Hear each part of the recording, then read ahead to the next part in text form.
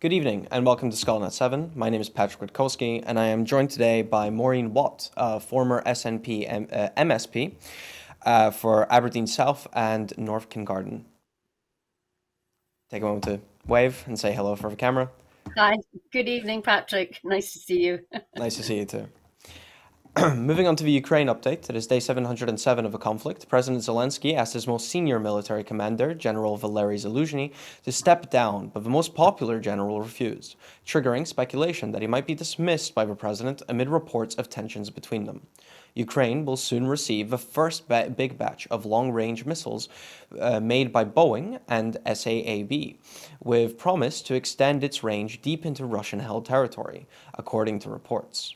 Ukraine needs the ground-launched small-diameter bomb, GLSDB, to supplement its 100-mile ATACMS rockets from the US. EU nations have decided to approve an outline deal that would deliver Ukraine the taxes and profits from hundreds of billions of dollars of Russian central bank assets that have been frozen outside Russia because of its war against Ukraine.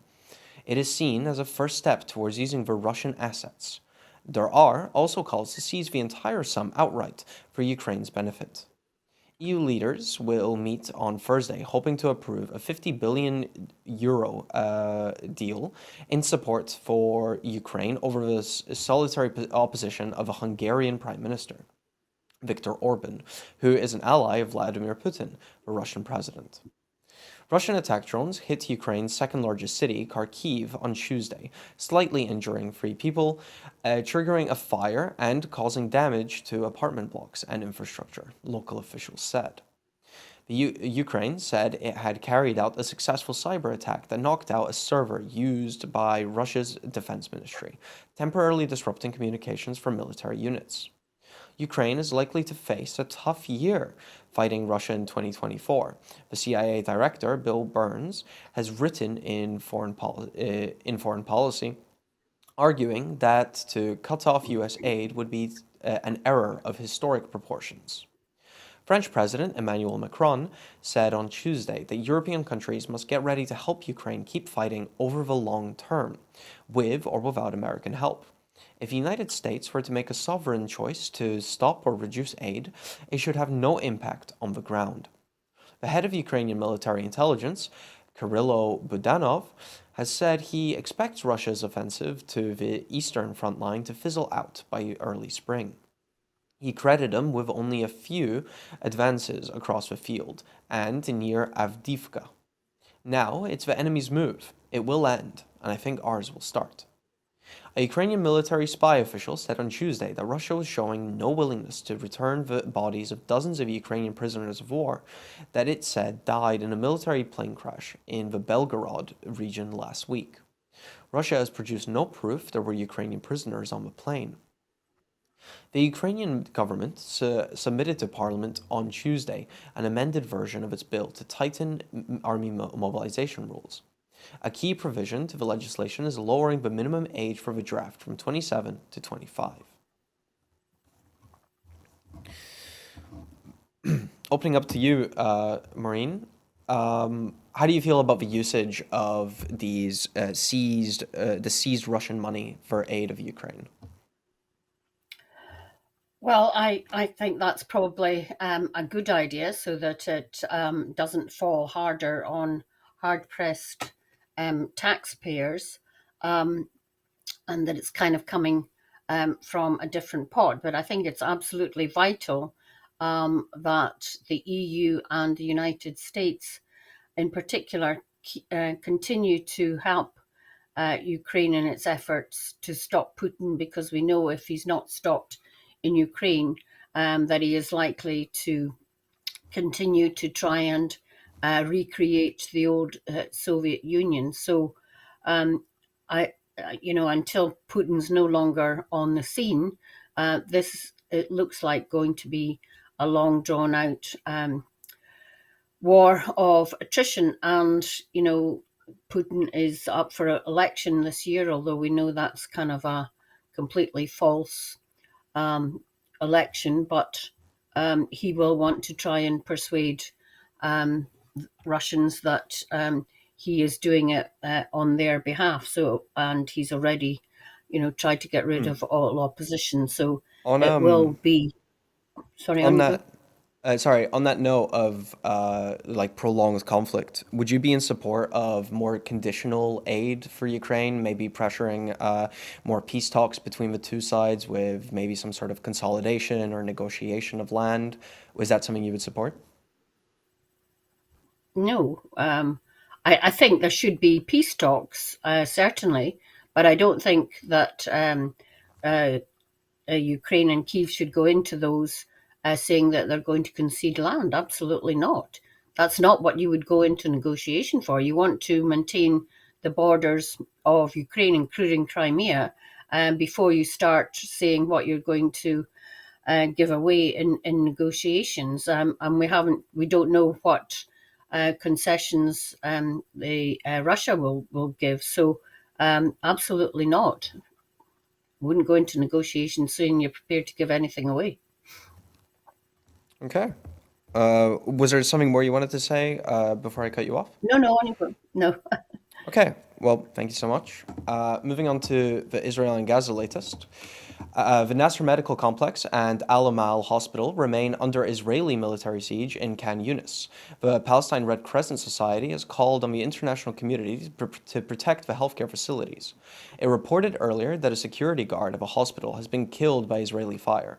At least 26,900 Palestinians have been killed and 65,949 injured by Israeli military action in Gaza since the 7th of October, the health minister in Gaza said in a statement today.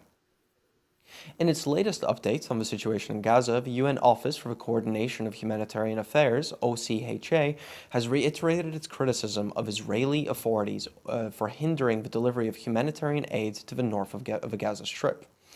A senior Hamas official has told Reuters news agency that the group is studying a new proposal for a ceasefire and release of hostages in Gaza, presented by mediators after talks with Israel. The ceasefire proposal followed talks in Paris involving intelligence chiefs from Israel, the United States, and Egypt, with the Prime Minister of Qatar. Palestinian news agency Wafa reported that Israel has detained a further 16 people, including 2 women, in the Israeli-occupied West Bank. It reports that about 6,420 Palestinians have been detained by Israel since the 7th of October in the territory. In its latest operational update, Israel's military says it continues to operate in the central and northern Gaza Strip and claims its forces are conducting targeted raids on the terrorist infrastructure and eliminating dozens of terrorists. In al-Shati, in the north, it claims to have killed 10 people and to have located large quantities of weapons, as well as documents and military equipment belonging to the Hamas terrorist organization. The IDF has announced the 3 soldiers were killed in Gaza on Monday. The head of Iran's Islamic Revolutionary Guards, IRGC, Majd Hossein Salami, has vowed the country is not afraid of war with the US. Security forces in Sweden have found a suspicious object at the Israeli embassy in Stockholm. A controlled detonation is to be carried out. Israeli media reports several protesters have been detained by police at the Karim Shalom border crossing, where for days a group has been gathering attempts to prevent humanitarian aid crossings into the Gaza Strip while Hamas still holds people hostage. The EU foreign policy chief, Josep Borrell, said on Wednesday he was hopeful it could be decided later in the day which member state could lead the forthcoming EU mission to protect vessels in the Red Sea, adding the operation could be launched before mid-February. The head of Germany's Hapag-Lloyd shipping company has said he does not expect disruption to Red Sea voyages caused by Yemen's Houthis to end anytime soon. Overnight, U.S. Central Command reported that the Yemen's Houthis fired one anti-ship cruise missile towards the Red Sea, which was shot down by the USS Gravely. Um, Maureen, let's first open up by discussing the escalation of this conflict and how it is impacting and spreading throughout different parts of the world.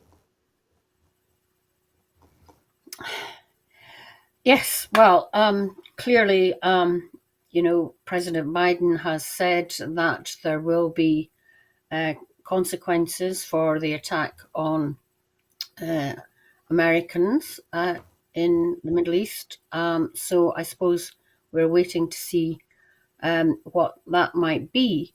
And clearly, Iran is behind all this. So again, I think it's Saudi Arabia who are leading on talks and peace talks in the Middle East. I think it is best that other Middle East countries are the ones who try and broker that peace. But in the meantime, thousands of people are being slaughtered in Gaza as Israel Mm. tries to completely eliminate Gaza as we know it.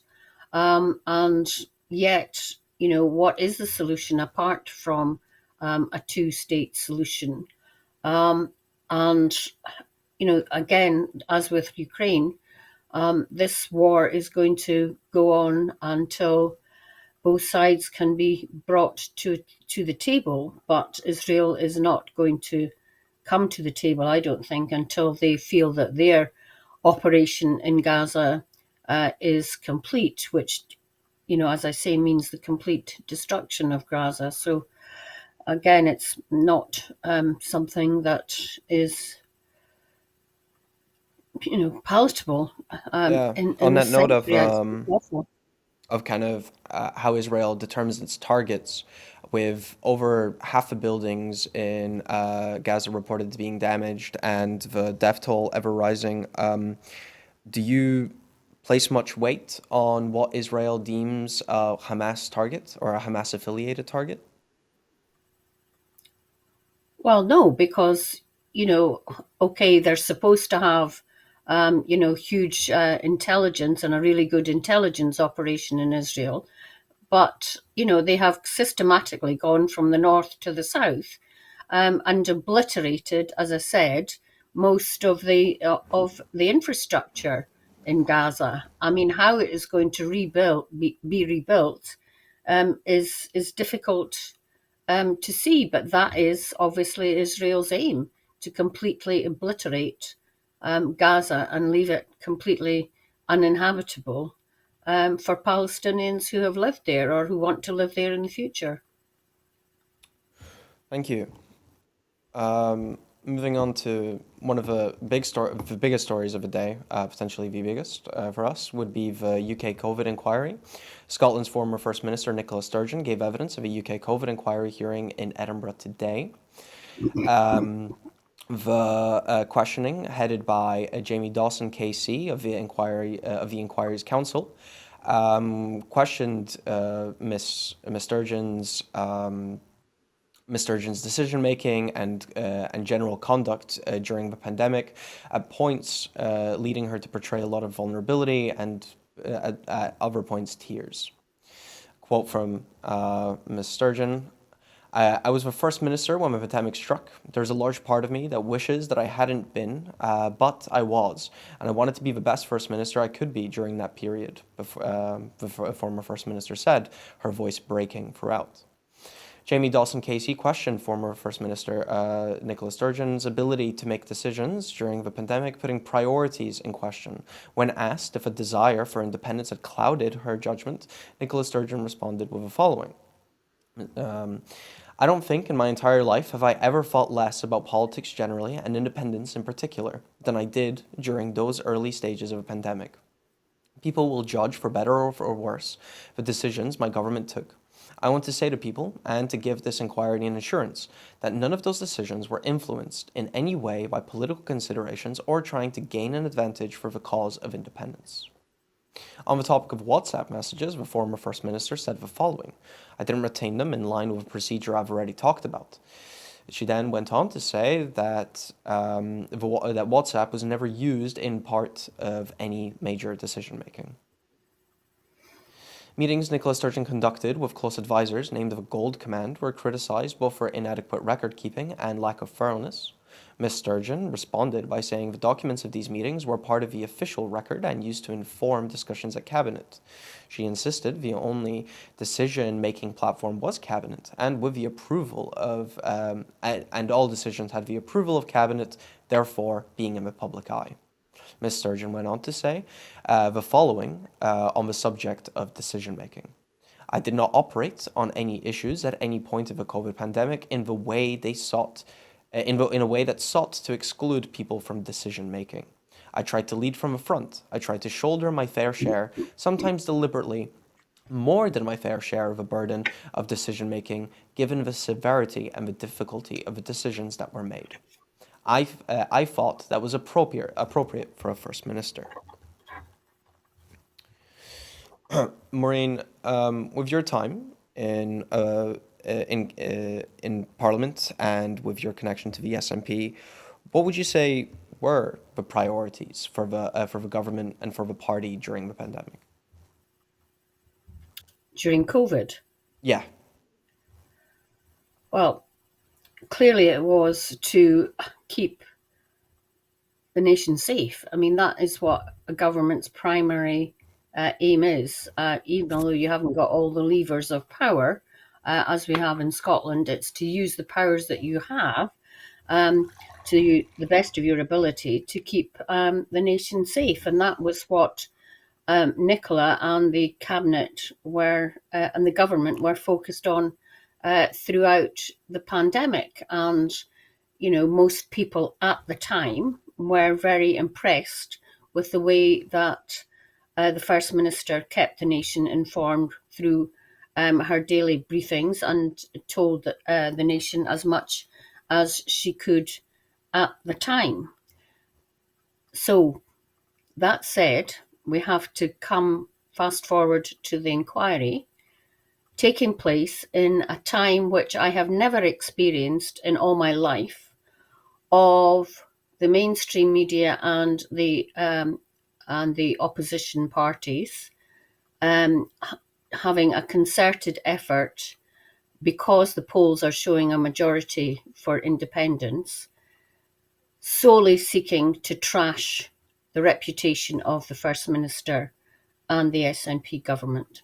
So that is the context in which this inquiry is taking place. And I thought it was very telling today that Amar Anwar, on behalf of the COVID relatives, even brought in questions about the Salmond inquiry and branch form. What the heck has that got to do with the COVID inquiry and seeing that the relatives get the answers? They're not going to get answers through WhatsApp messages. They're going to get answers through how was PPE sourced? Was there enough PPE? What should hospitals and care homes have done differently because of the pandemic? And how can we learn lessons from that?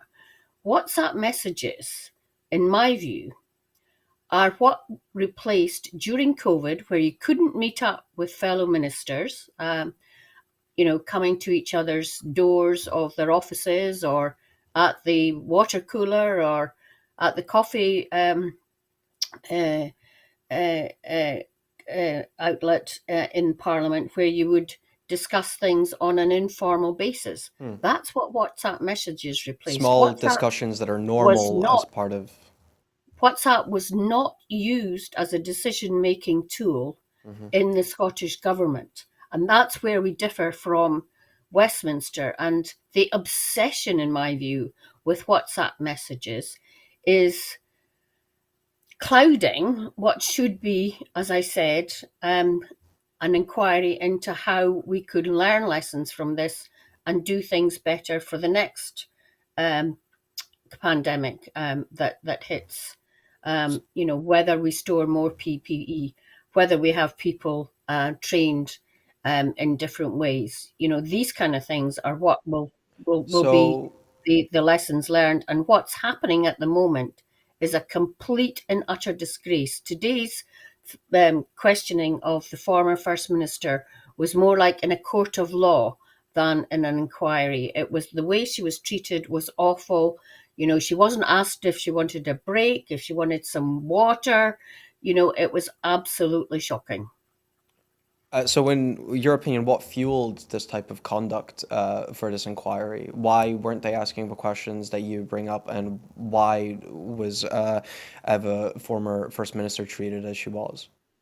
I think I said at the opening of what I've just said, that it's in the background of the unionists being scared of the polls showing a majority in favour of independence, and that's got to be rubbished at all costs. It'll be interesting to see when the inquiry moves to Wales and Northern Ireland what the questioning is like there.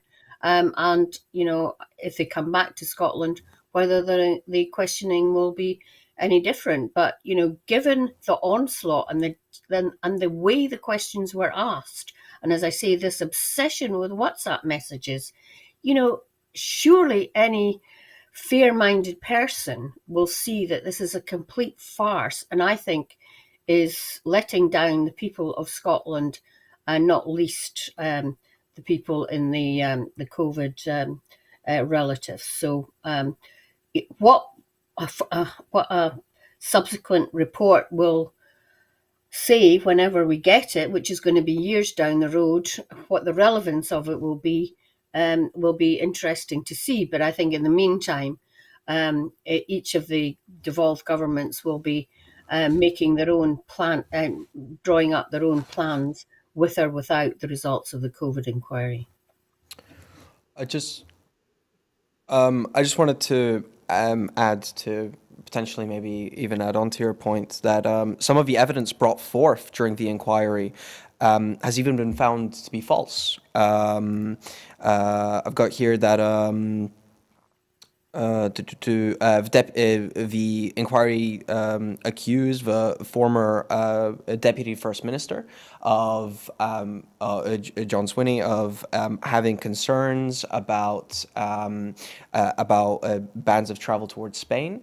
And yet, this actually wasn't the deputy first minister at all. It was a comment made by a civil servant. It, is there a possibility of the inquiry is assuming a certain position and just trying to find whatever facts, try to force out whatever facts confirm those assumptions?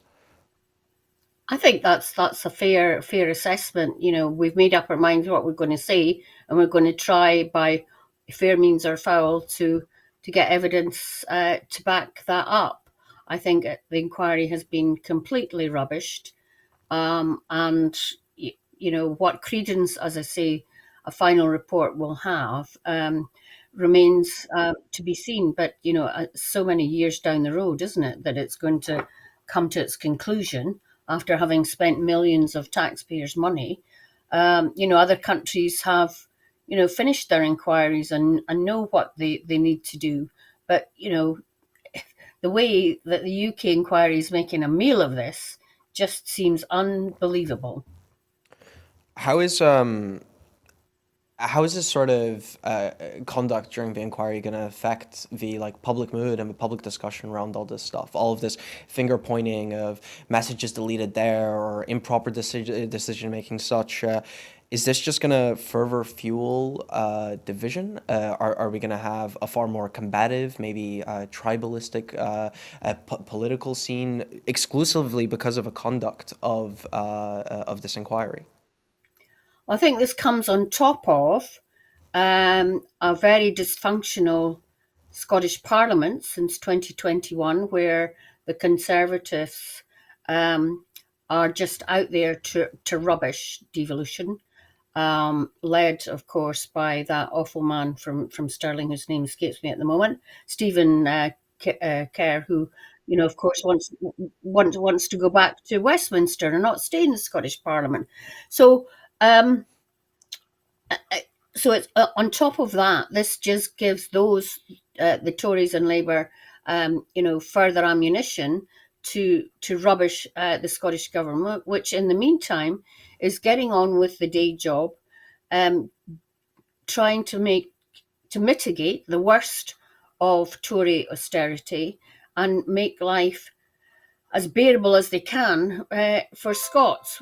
While in the meantime, the Westminster government, through its austerity measures, which is a an economic and political choice, not the way other countries are running their governments, um, make life, just miserable for millions through trashing the economy, high interest rates, high fuel costs, and high inflation and rising food prices. I mean, even Sunak got it wrong today at PMQs when he said, inflation's coming down. Inflation is still high and it's coming down at a faster rate, but it's not. It's still there. It's prices are still going up. So he doesn't seem to understand how ordinary people are living or trying to live Yeah, and trying to get by. It's and that just also comes in the awful. context of inflation rising last month. Yeah, yeah. And I mean, this is not going to get any better until the Tories are out of office, and hopefully we'll put a bit of a break on the Tories in the Scottish Parliament. And then we'll have to wait and see how a Westminster Labour government pans out. And whether it recognises that Scotland needs more powers in order to make life better for Scots. So, watch the space and please bring on this general election sooner rather than later. Thank you so much. Moving on to our next story is a new round of offshore oil and gas licensing. The UK government's North Sea Transition Authority, NSTA, has today announced that Shell, Equinor, BP, Total, and NEO are among the 17 separate companies which have today been offered a total of 24 licenses in the second tranche of the 33rd oil and gas licensing round. These awards, which the NSTA say will help to ensure job security and provide benefits to the local and wider economy, follow the 27 licenses offered in the first allocation made in October last year. More are expected to follow in the coming months. The 74 block and part blocks offered this time are all in the central North Sea, northern North Sea, and west of the Shetland areas. The 33rd licensing round opened in October 2022 with more than 900 blocks being made available. The application window closed in January 2023 with 115 bids coming in from 76 companies, demonstrating the ongoing appetite within industry to explore the UK continental shelf. Following today's announcement, Scottish Government Energy Secretary Neil Gray said, the Scottish Government recognises the important and ongoing role of a North Sea oil and gas, North Sea oil and gas play in our energy system. However, it is a declining resource and must be managed in a manner that is consistent with responding to the global climate emergency. Our focus is on Scotland's energy security needs, reducing emissions in line with our climate commitments, and delivering affordable energy supplies whilst ensuring a just transition for the oil and gas workforce. In contrast, the UK government, which has responsibility for offshore oil and gas licensing, has shown a total lack of focus on delivering a just transition for the sector. We have consistently called the UK government's climate compatibility checkpoint to be strengthened. Without transparent and robust tests, we do not have a clear evidence base to assess whether new oil and gas licenses should be issued on a case-by-case basis. The UK government should focus on its responsibility and work with the Scottish government to unlock Scotland's enormous renewable potential. Maureen, I was wondering if you could give some insight as to why an expansion of oil and gas is being chosen now in preference of like other renewable or alternative energy sources. You know, I wonder if this is just another big lie from the Westminster government and pulling the wool over the electorate's eyes. You know, we were told and we knew that the UK continental shelf was a declining industry and a declining resource, that it had been more or less bled dry, and that there was no more oil there. And that was certainly the message that the UK government peddled prior to the 2014 independence referendum, that we couldn't afford to be independent because there was no oil and gas left. And now we're getting daily talks and press releases about new licenses being issued for the North Sea. Now, what's the truth? And why are these licenses now being offered? Is there oil that we didn't know about it? So was it a big lie prior to 2014? Or is this just a way of the UK government desperate for income? Because that's all it is, because the oil and gas, they have had to admit, is sold on the world market. And the UK, for some reason, has the highest prices for oil and gas of most European countries. So I I haven't been able to get to the bottom of this, and maybe I'm not reading the right sources, but I just can't understand this. But what is clear that oil and gas companies are being encouraged by the UK government to spend investment money that should be going into renewables because we should be having the just transition. That money that should be going into renewables is being diverted into oil and gas. So I would like to know the percentage of investments that are going into oil and gas, because exploring for oil and gas is not cheap, having worked in the oil industry myself in a previous life. So um, I, I, I wish somebody would do an investigative piece into what the real reasons are behind this dash for oil and gas, because as I say, it cannot be to help with households' oil and gas prices because we pay for it on a world market. It must be to try and get income from the Treasury, because they have borrowed money to the hilt and trashed the UK's economy, as I've said. Thank you so much. Our next story, Labour U-turns on bankers' bonuses. Rachel Reeves has said Labour will not reinstate the cap on bankers' bonuses if it wins the next election. Shadow Chancellor Rachel Reeves said she had no intention of bringing back the cap, saying Now Rachel Reeves said she has no intention of bringing back the cap, saying she wanted to be the champion of a thriving financial services industry.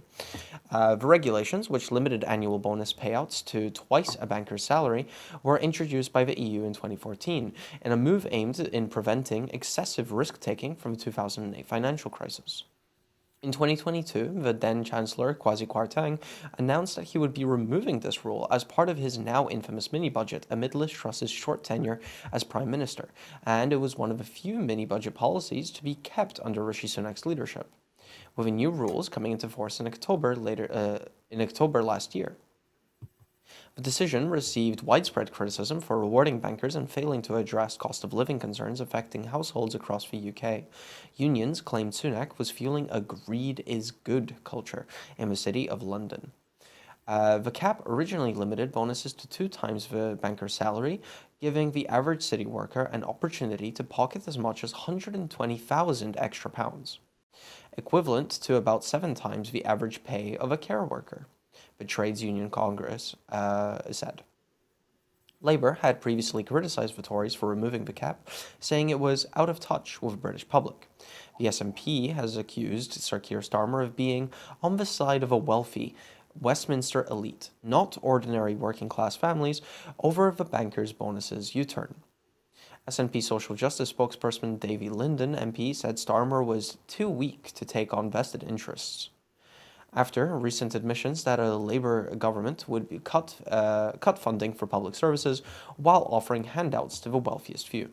Commenting, SNP Justice spokesperson David Linden MP said, "The UK economy is broken, and Brexit is hammering living standards.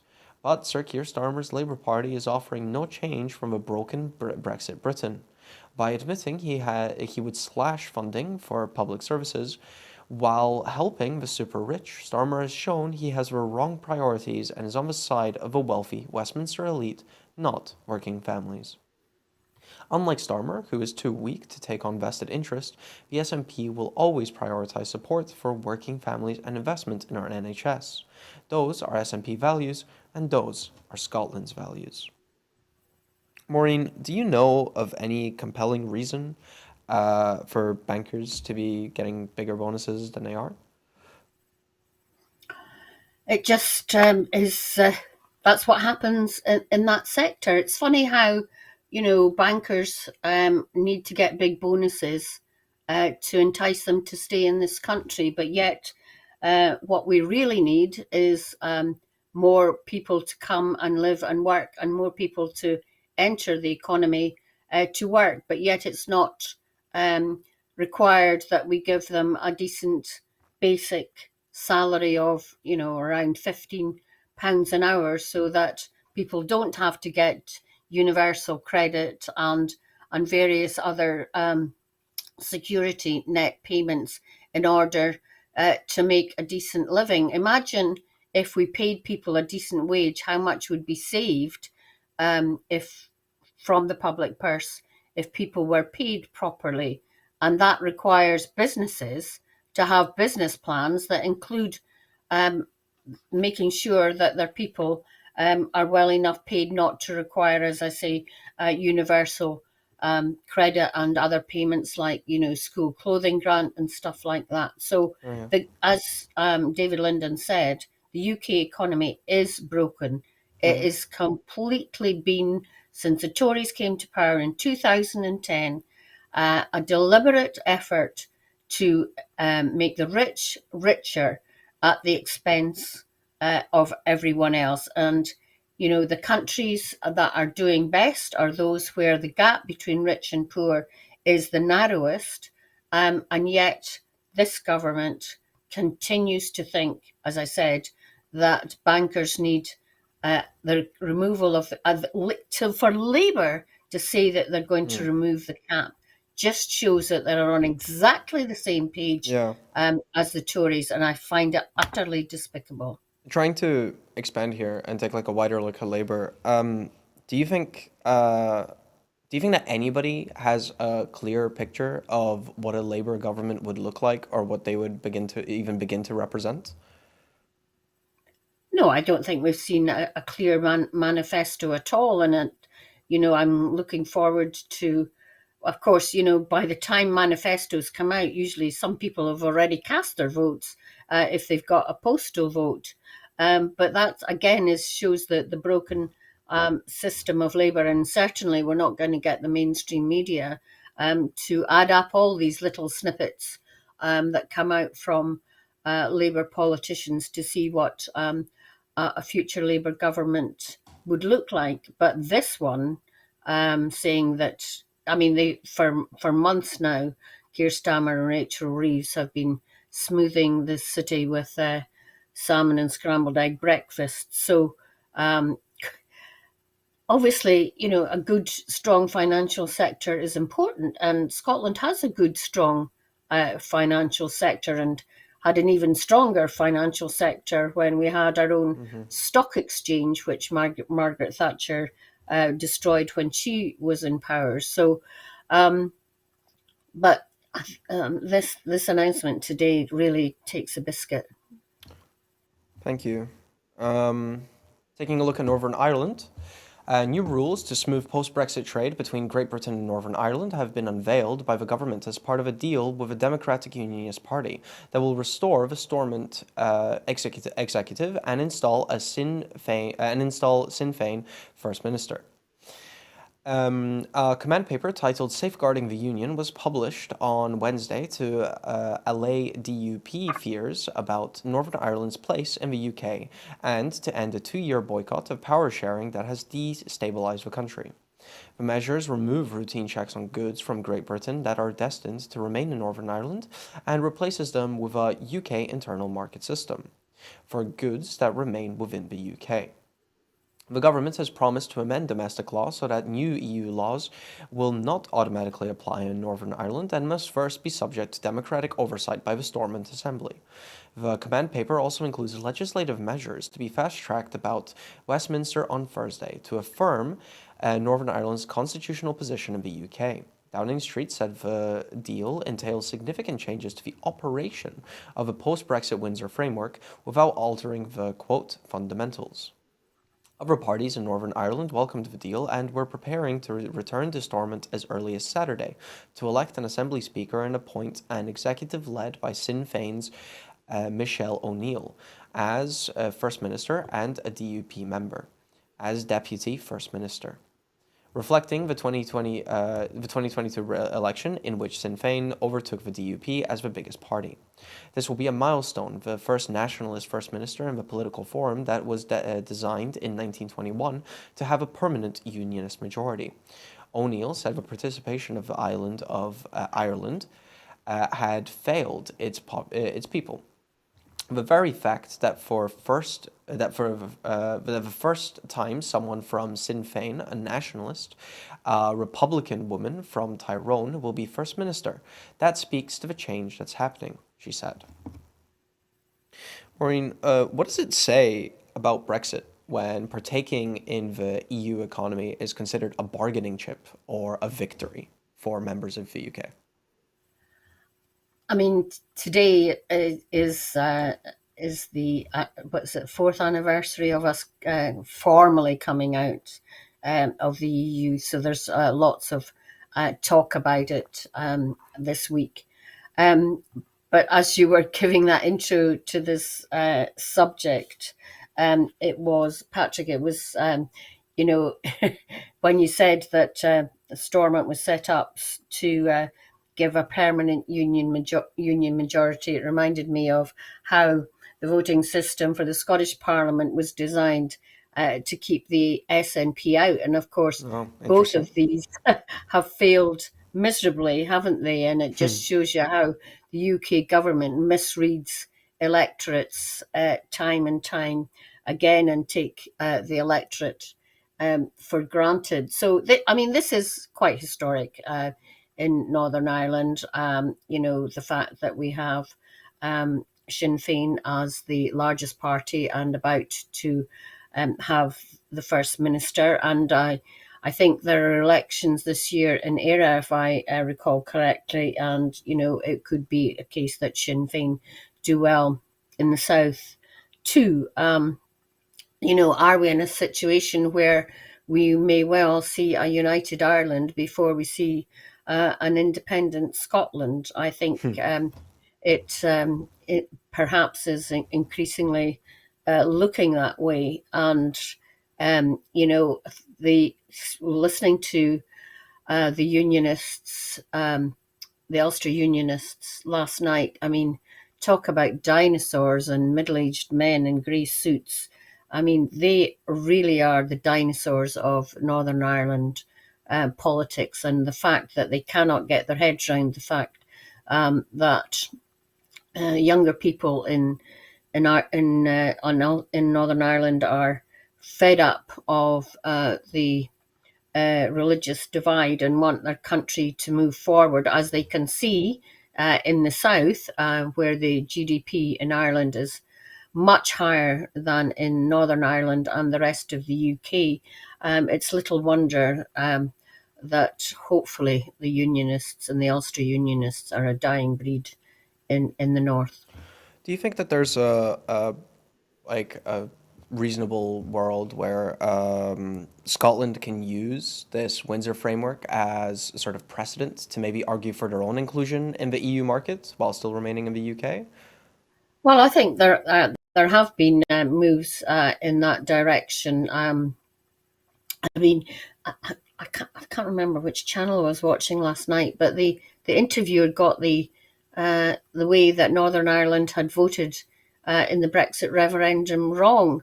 That Northern Ireland and Scotland were the two areas that voted to remain. And I think we need to keep reminding the Westminster government that Scotland didn't vote to come out of the EU, and we're suffering. I think it's now at something like £13,000 plus per household because of Brexit. And I think these issues need to be at the forefront of fighting the general election in Scotland. Thank you so much. The Scottish government is on move to ban sand eel fishing in Scottish waters. Fishing for sand eel is to be banned in Scottish waters ahead of the 2024 fishery season, subject to parliamentary approval. Sand eel support the long-term sustainability and resilience of a marine ecosystem and are an important food source for many species, including marine mammals, seabirds, and predatory fish. Commercial fishing for sand eel is currently carried out entirely by European vessels. In recognition of the importance of a species to marine biodiversity, no fishing quota has been allocated to UK vessels since 2021. The Scottish Government consulted on proposals to close fishing for sand eel in Scottish waters in 2023, with 97% of respondents indicating support for a preferred option.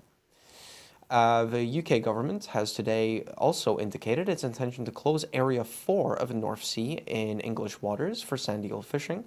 Cabinet Secretary for Rural Affairs and Land Reform and Islands, Maureen Gujon, said, sand eel are a vital part of a marine ecosystem and a critical component of the food chain in the North Atlantic.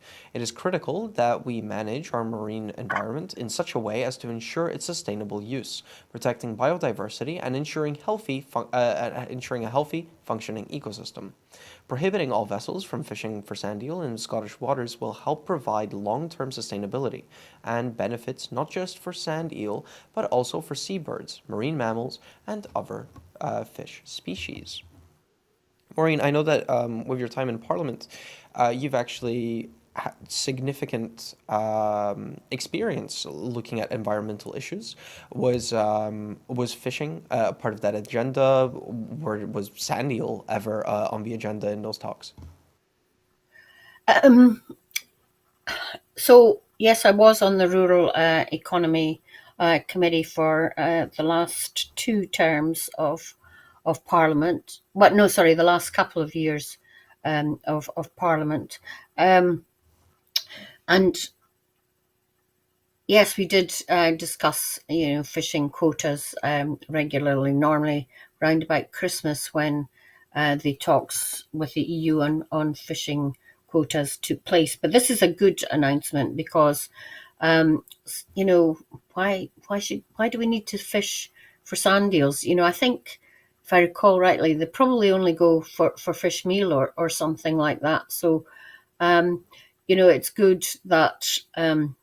We see, because of the decimation of many of our bird populations because of the avian flu, that we make sure that they can recover. And obviously, having the food that they eat to recover is there. I mean, there are iconic photographs, aren't there, of puffins with sand eels in their mouths. So this is a good announcement. Whether it will be permanent or not remains to be seen, because these kind of things are revisited on a regular basis. But I think, using the science, this is a good out today. Thank you. The University of St Andrews has been awarded £2 million grant by the Wolfson Foundation to enable the development of green hydrogen technologies that will play a key role in decarbonising the energy and chemical industries. The Green Hydrogen Accelerator will provide dedicated space for world-leading research into the efficient production of hydrogen from water and its use in energy storage and chemicals production. The facility, plans for which have been submitted to Fife Council, will consist of an innovation hall, laboratory space, and a fenced compound that will house a large-scale electrolyzer for green hydrogen productions and carbon capture units. The 400 square meter research facility will be built on part of a University Eden's campus, the former paper mill site at Guardbridge, located 3 miles from St Andrews. The £13 million project is the next major step in the vision for the campus, which will become the university's living lab for innovation, with a range of facilities for the development of a next generation of low-carbon technologies. Derek Watson, University of St Andrews Quaestor and Factor, said, The Wolfson Foundation's support is a seal of approval of the quality of the pioneering research which takes place at St. Andrews. Now, more than ever, the world is looking for ways in which to combat the climate crisis, and our researchers at St. Andrews are showing how hydrogen can be part of a solution of that challenge. Sorry. I Oh apologize. dear. Very deep apologies. Professor John Irvin, who leads on much of the university's work around energy storage and hydrogen production, said the Green Hydrogen Accelerator will be hugely important in demonstrating how hydrogen can enable our future energy systems. It will provide us with essential research and development space to accelerate the development of these new technologies. That can't be anything but good news, don't you think, Maureen? Yes, absolutely. I mean, our university sector is world renowned. You know, with the fact that we're a small country, yet have five of our universities in the top 100 is remarkable for Scotland and should never be forgotten. And certainly, our universities are at the forefront of driving sustainability and corporate social responsibility. I know that all the universities have a joint procurement organization which works closely with actually a company that my daughter works for on sustainability and corporate social responsibility, not only the universities but their suppliers. So to have St Andrews University use the old Guardbridge site, which I think I'm right in saying was a paper mill previously, is great news. And you know, Scottish Renewables, I remember them telling us when I was still an MSP that our green hydrogen in Scotland is worth billions probably.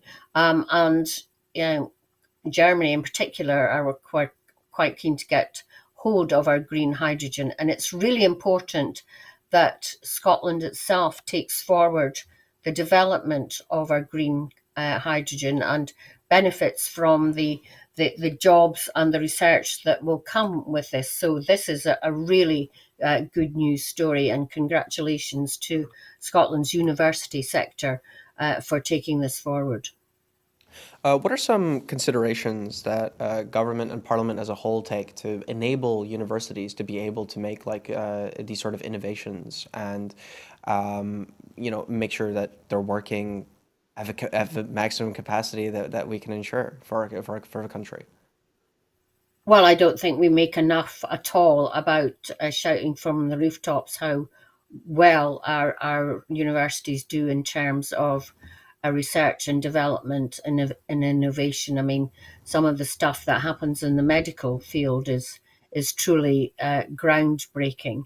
But of course, again, this has been hampered by Brexit, because normally, in order to access funding for these types of projects, they are done on a cross-border EU basis. And since coming out of the EU, we've been at a huge disadvantage, which is why it's great to see the Wilson Foundation, which I have great admiration for. They helped fund the expansion of a Sue Ryder centre for people with brain injuries and brain damage in my own constituency. So yeah, it's great that the Wilson Foundation has helped to fund this, and as I say, ensure that Scotland is the forefront of developing and seeing the downstream benefits from developing green hydrogen. Well, thank you so much, Maureen Watt, former SNP MSP for Aberdeen South and North Kincardine. That will be wrapping us up for today. Thank you so much for joining me. And so, before I go, I just wanted to remind the viewer that at Broadcasting Scotland, we depend on the generosity of our supporters. So, to everyone who has donated and to everyone who has signed up to make regular monthly payments, thank you very much. Thank you to everyone who has donated to our emergency crowdfunder for over the past 2 weeks. We are now only £2,000 short of our target and very hopeful that we will reach £10,000 by the end of a week. Although the immediate pressure has eased and we can focus on securing the future of independent broadcasting for Scotland, our need to grow our subscriber base and increase our funding is still urgent. But despite that, thank you so much for joining me. I've been Patryk Witkowski, joined by Maureen, and good night, and thank you for watching.